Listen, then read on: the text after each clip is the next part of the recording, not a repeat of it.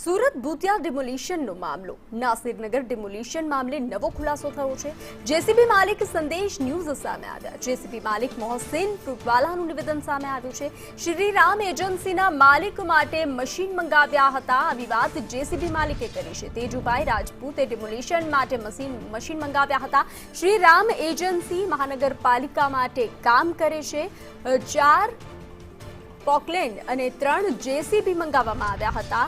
આવી વાત જેસીબી માલિકનું સામે આવી છે। સૌથી વધુ મકાનો તોડ્યાનો આક્ષેપ છે। નોટિસ વગર કાર્યવાહી કરાયાનો દાવો છે।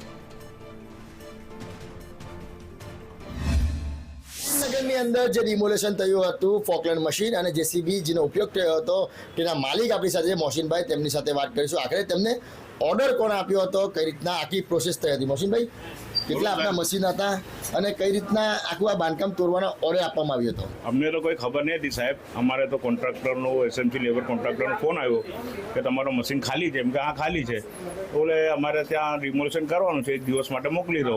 મેં કીધું કે ભાઈ આવવા જવાનું 3500 રૂપિયા ભાડા જાય અને 2200 થી 2500 રૂપિયા મને કે ભાઈ કલાકના પૈસા થાય, એમ કરીને વાત કરીને મેં મોકલેલું એમને ત્યાં। તો તમને કોનો ફોન આવ્યો હતો આ બાબતે? મારે તેજુભાઈનો ફોન આવ્યો હતો। શું કીધું આપને? મેં કીધું કે ભાઈ ત્યાં મને મશીનની જરૂર છે, મશીન મોકલો, તો મેં મોકલી દીધું। કેટલા મશીન હતા આપના? મારા એક જ મશીન હતું। ઓકે, આ તેજુભાઈ કોણ છે, શું કામ કરે છે? તેજુભાઈ એસએમસી લેબર કોન્ટ્રાક્ટર છે। એમની ફોર્મનું નામ છે શ્રીરામ એજન્સી। ઓકે, તો એ શું કામ કરે? ત્યાં ગાડી એસએમસીમાં જ કામ કરે છે? એસએમસીમાં જે કામ ડિમોલિશન કરે છે, જર્જરી મકાન જે તૂટે ને એ ડિમોલિશન કરે છે। અને સાફ સફાઈ માટે કે ભાઈ ડામરનું કોઈ કામ હોય તો પણ એસએમસીનું કોઈ પણ એને લેબરનું કામ હોય તો લેબર મોકલે ત્યાં। તો એસએમસીમાંથી કોણ ઓર્ડર આપે છે એમને? એસએમસીમાં સેન્ટ્રલ ઝોનમાં જે સાહેબ હોય, જે કમિશનર સાહેબ હોય, એમને ઠરાવ મંજૂર થાય એમને વર્ક ઓર્ડર મળે તો જે સાહેબ લોકો એ જ સાહેબ લોકો જ બોલાવે ને સાહેબ। એટલે ડાયરેક્ટ ઝોનલ હોય, ઝોનલ હોય કે એસએમસી ઝોનલ હોય કે જે પણ જ્યાં વહીવટિયારો એ બોલાવે। તો આ વખતે કોણ ઓર્ડર આપ્યો હતો એ તો આપણને નહીં ખબર સાહેબ। તમને ખબર છે કે ખોટી રીતના જે ડિમોલેશન થઈ ગયું છે એ? હા, એ તો ખબર છે સાહેબ। તો શું કહેશો આ બાબતે? આપણે શું કહ્યું છે, હવે બધું ખબર છે બધાને કે શું ચાલે છે શું નથી। શું ચાલે છે, શું લાગે આપને? આપણે શું લાગે છે કે ભાઈ ગેરકાયદેસર હતું હોય તો નોટિસ મારવાની હતી ને પોતાને વિશ્વાસમાં લઈને કામ કરવાનું હતું, તો થોડી ઉતાવળ કરી દીધી, એ ભૂલ થઈ લોકોની। મોહસિનભાઈ, તમારું કેટલા મશીન હતા અને કુલ કેટલા મશીન કામગીરીમાં લાગ્યા હતા? ત્યાં ટોટલ 1 જીસીબી લાગેલો હતો ને 2 પોકલેન હતા। કેટલી વાર લાગ્યા ડિમોલેશન કરતા? એ સવારથી સાંજ સુધીમાં થઈ ગયો છે। એક જ દિવસમાં થઈ ગયું? એક જ દિવસમાં થઈ ગયો। મોટા મોટા મશીન હતા ને સાહેબ, ફટાફટ તોડી નાખ્યા। એટલે 4-5 મશીન હતા? હા, 3 મશીન હતા।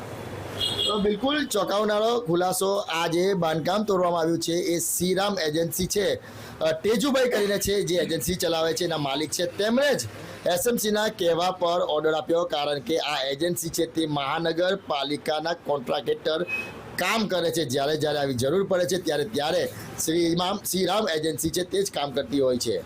હવે જોવું રહ્યું કે શ્રીરામ એજન્સીને કયા અધિકારીએ સત્તાવાર ઓર્ડર આપ્યો। કેમેરા પર્સન ભૂષણ ચૌધરી સાથે મનીષ પરમાર, સંદેશ ન્યૂઝ, સુરત।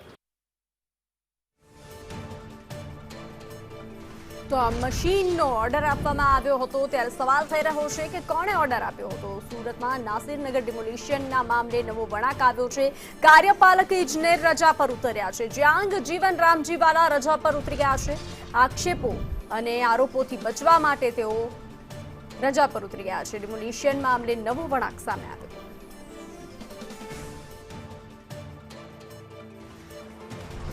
કતારગામના દરવાજા પાસે આવેલ નાસિરનગરનું ડિમોલેશન મામલે સેન્ટ્રલ ઝોનના કાર્યપાલ એન્જિનિયર જે જીયાંગ રામજીવાલા છે તેઓ રજા પર ઉતરી ગયા હોવાની વાત સામે આવી રહી છે। હાલ આપણે સંદેશ ન્યૂઝની ટીમ સેન્ટ્રલ ઝોન ઓફિસે પહોંચી છે। અહીં આપણે તેમની ઓફિસ પર જે એમની મેઇન ઓફિસ છે ત્યાં આવી પહોંચ્યા જોઈ શકાય છે કે જીયાંગ આર રામજીવાલા જે મુખ્ય કાર્યપાલ એન્જિનિયર છે તેઓ રજા પર ઉતરી ગયા હોવાની વાત સામે આવી છે। તપાસનો ધમધમાટ શરૂ થતાં જ અને જે રીતે પણ મહત્વની એક એવા પણ સવાલો થઈ રહ્યા છે, રજા પર ઉતરી ગયા છે કે પછી તેમને રજા પર ઉતારી દેવામાં આવ્યા છે, તેવા આવા અનેકો સવાલો થઈ રહ્યા છે। મહત્વની બાબત એ છે કે એસએમસી કમિશનરે તેમની પાસેથી રિપોર્ટ માંગ્યા હોવાનો વાત સામે આવી રહી છે, પરંતુ હજી સુધી રિપોર્ટ કમિશનરને મળ્યો નથી।